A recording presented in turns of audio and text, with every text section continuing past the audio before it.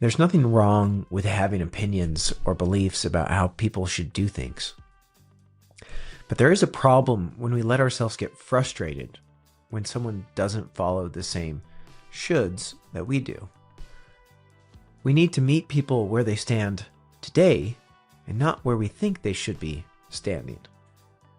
Besides, if you have any hope of getting a person to think the same way as you, then you'll be far better off holding them to expectations that suit where they currently are in life.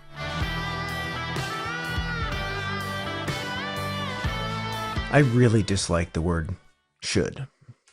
It's this incredible word that we use to describe not what a person is going to do, but what they are going to do if they are adhering to our perception of what is correct or right. When referring to myself, there are lots of things that I should do because I have values and a moral compass that my shoulds are based on. Where I struggle is when I find myself or others insisting so strongly that our version of should is the equivalent of God's command. There's a kind of comfort in talking about how things should have been done. Probably because when we complain about how things should be, we elevate ourselves to a kind of superiority over the person that should have been doing something. I have very strong opinions on what people should be doing in their lives because I'm a human with a functioning brain, and I think all kinds of things about how others should be living their lives. In fact, my opinions are so strong that I decided to start a podcast where I can promote those ideas.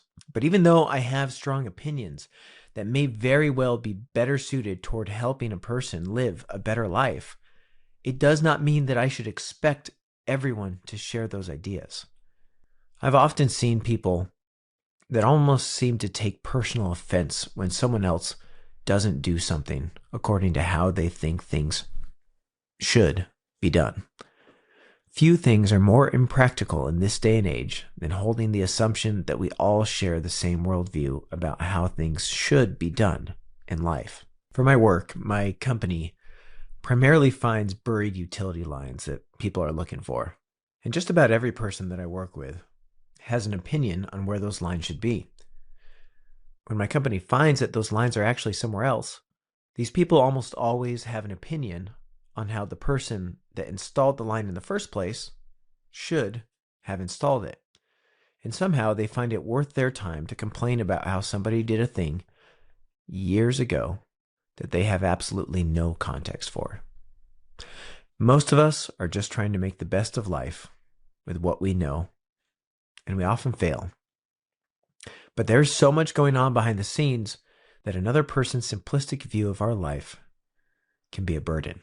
There's nothing wrong with having opinions or beliefs about how people should do things. But there is a problem when we let ourselves get frustrated when someone doesn't follow the same shoulds that we do. We need to meet people where they stand today and not where we think they should be standing.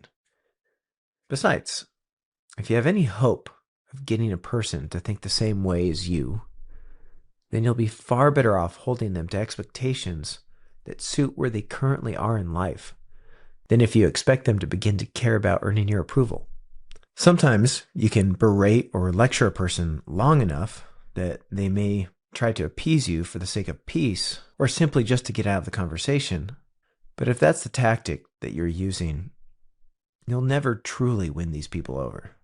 On occasion, I find that people like to talk to me about things going on in their lives. And I usually try to offer some kind of advice if I have any. More often than not, I found that most of the time they don't really seem to want the advice I offer, but they still want to talk about it. What I realize is that when people come to talk to you about their problems, most of the time they don't really want you to give them the answer. They want you to help them find it themselves. So now, when I'm aware enough to remember to do it, I try to ask questions that would guide them to the answer that I think would solve their problems. Nobody really wants our judgment or even our solutions. They want us to help them make their own judgments and find their own solutions. They want us to meet them where they are. I remember being a child and having my parents get frustrated when I couldn't grasp some simple homework problem that they thought should have been easy for me. I can also recall a few occasions when my dad would go out of his way to try to teach me some skill or about some interest of his, but then get upset when I wasn't grasping the concept or succeeding at the skill that he was trying to teach me. What I did learn was that I hated school and that I didn't like any of the same things as my dad.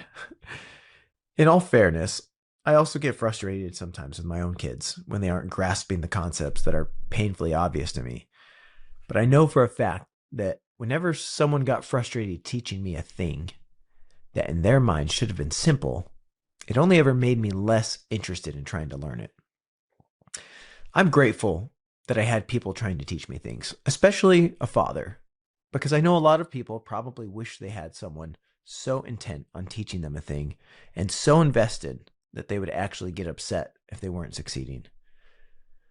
But my point here is simply that when we get upset over something we think a person should know or should believe or think, it's a lot like getting mad at the rock that you stubbed your toe on.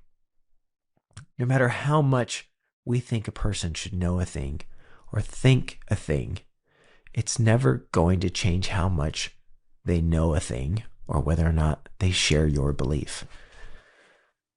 I personally believe that people should stop stealing from one another.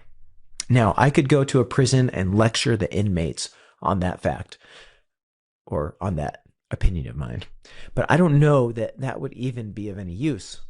People in their weird ways are such complicated messes sometimes. It may seem painfully obvious to us how a person is making their own life miserable, but there's always a reason people do things.